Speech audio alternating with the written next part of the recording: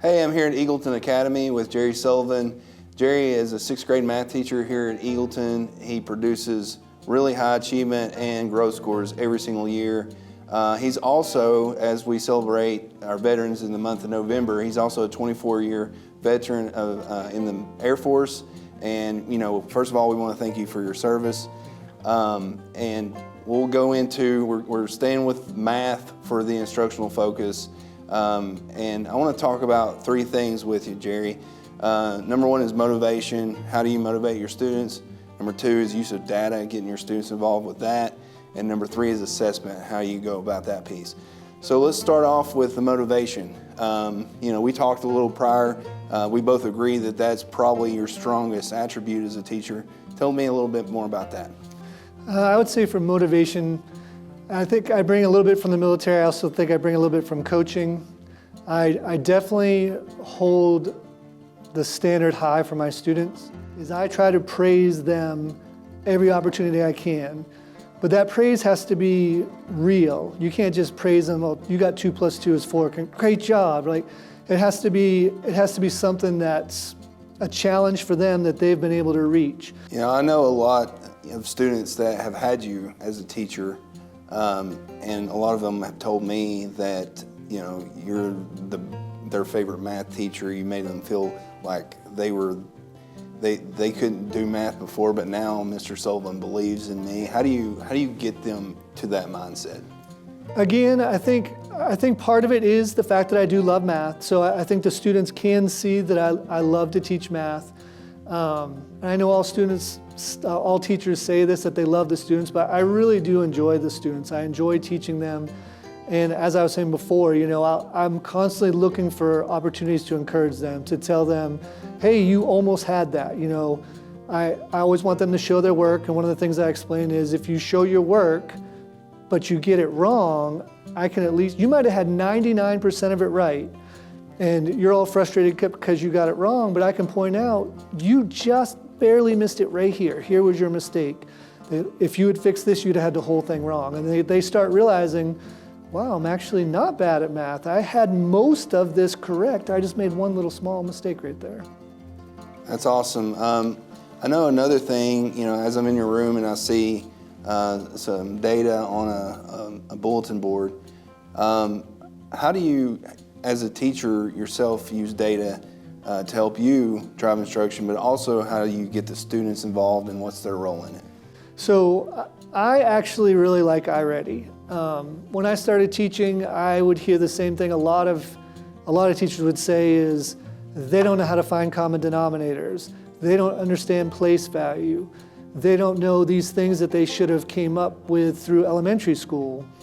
And as a teacher, even though I think I'm fairly good at doing my curriculum, there's a lot of skills from elementary school that if they're lacking, I just don't have time, because every kid is missing different skills. So I don't have time to go back and teach the 3rd grade still to Bobby Joe that he doesn't know, and I don't know how to go back and teach this skill that Melissa doesn't remember from 1st grade. So I love iReady because that's exactly what it's designed to do.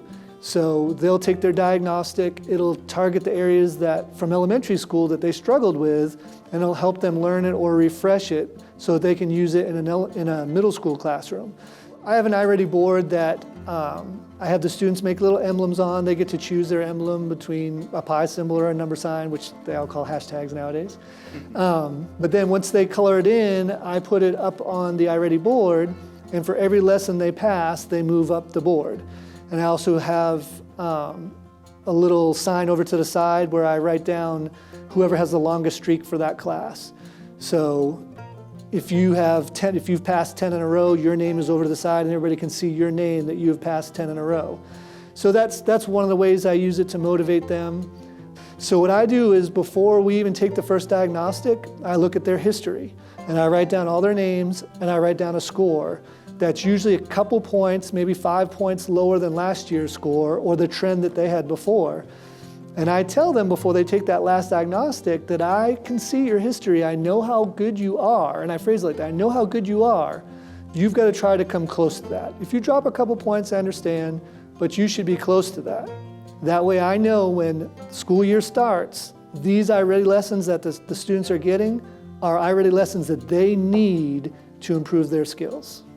You really build them up, tell them, how smart they are. If they're not performing like you think they should, we do it again to make sure those lessons are targeted. Exactly. So let's shift gears and talk about assessment. I believe assessment is one of the most important things that a teacher does. What are they doing with the assessment? How are they preparing the students for the assessment? Are we starting with the end in mind and working backwards when we plan? So I'm curious to know how you approach that since you had such good results. I really like the District McGraw-Hill curriculum that we have, especially the online portion. There's a lot of what they call widgets in it that can really help the students visualize what's going on. Before I became a teacher, when I was a kid and a student, not a teacher, we would learn things like algorithms and a negative times a negative is a positive, a negative, and we learned these things, but we didn't really understand why those things were true. Okay, I'm doing this because my teacher told me this is what I need to do to get it right. But what is actually happening here? And I think our curriculum now does a really good job with that. There's lots of visual things in it. And when I show the students that, some of the widgets move and some of the students can see it. And some of them even become kind of like games. Like we'll put a number into a function machine and they'll try to guess what's going to come out. And if they guess right, okay, well, what just happened? Were we adding? Were we multiplying? What just happened? Well, if you think you know what happened, what should the next number be? And they'll try to predict. And they actually enjoy things like that. And they start understanding, okay, I'm seeing the behind the scenes. I'm seeing what's actually happening mathematically to cause this to come out this way. So they're discovering the math of the why through that process of repeated reasoning with that tool. That's great. I'm a big fan of the 8 mathematical practices. What about preparing for the exam? Obviously your kids do well on the TCAPs, but the process along the way, how do we get them there, module by module? What's your process for getting them ready? So again, I love data. Being a math guy, that's not that unusual, but so one of the things I'm always trying to do is I'm always trying to make sure I understand how my students are actually doing. So I'm not a fan of multiple choice tests at all. I understand the purpose behind them, like you only have so long to grade, there's so many students in the state. Like I understand there is a reason for multiple choice questions. So in my classroom, I try to get rid of multiple choice questions. That way I can see, you have to show me your work, you have to give me an answer, and I'll be able to tell, do you really know the answer to this question, or were you just guessing and you happen to guess right?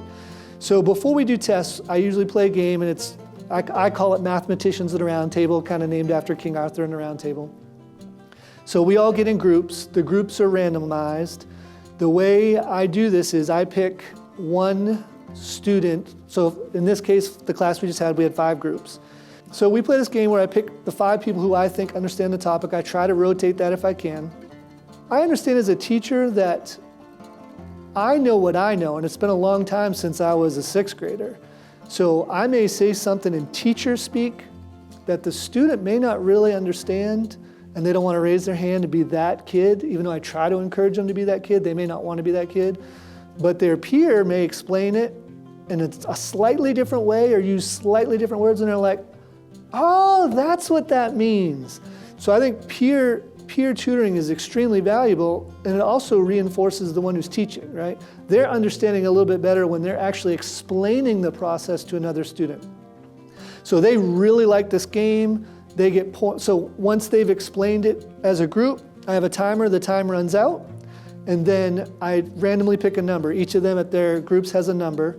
Once I pick that number, say it's 3, each person from each group that's a number 3 comes down to this table. And they must perform the exact same problem down here, but they have to show all their steps. So you could say, well, the downside to that is, what if they just memorized all the steps? Well, if they memorized all the steps, they've learned how to do it. So it's not the greatest part, but at least they understand how to do it now, whereas before they didn't. But if they come down and they just write the answer down, they don't get any points for their team, and their team knows that and tells them, got to make sure you understand how to show your work. So they'll come down, they'll show their work, they'll get points for their team. And as we all know, what motivates kids every day now is candy. So the winning team will always get candy, and of course they look forward to that. Do you give a multiple choice assessment up front? Do you do other things? Walk us through that. What I do is when I give the test the first time, there are no multiple choice answers. It's worded the same. By taking those choices away, I tell them, you've got to show me your work and show me how you got to your answer.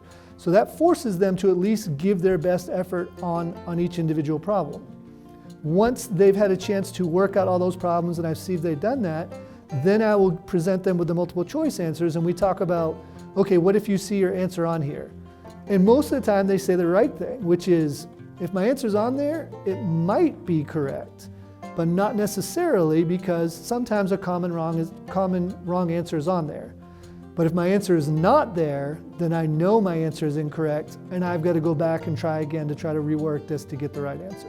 There was something else I found interesting when we talked about that review process. Do you mind showing that process of how you create some extra problems? Yeah. Sure. So when I go through all the curriculum slides and when it's time for review, I don't want to go back and use those same curriculum slides because the students put that in their notes and they're allowed to use their notes for this game to try to help them remember.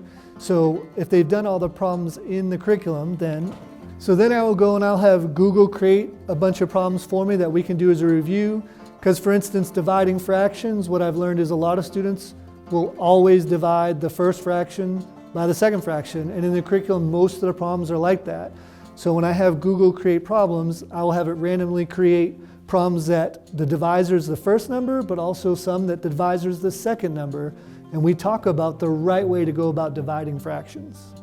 Mr. Sullivan, thank you for sharing your best practices with us as we move forward in Blount County to try to improve mathematical outcomes across the county. I think this is very good insight. If I'm a math teacher, I think I watch this video, I've got 2-3 ideas right off the bat that I could take away and go back and improve my instruction. So again, thank you for doing this. Thank you for your service, and I hope you have a great school year. Thank you very much. I appreciate it.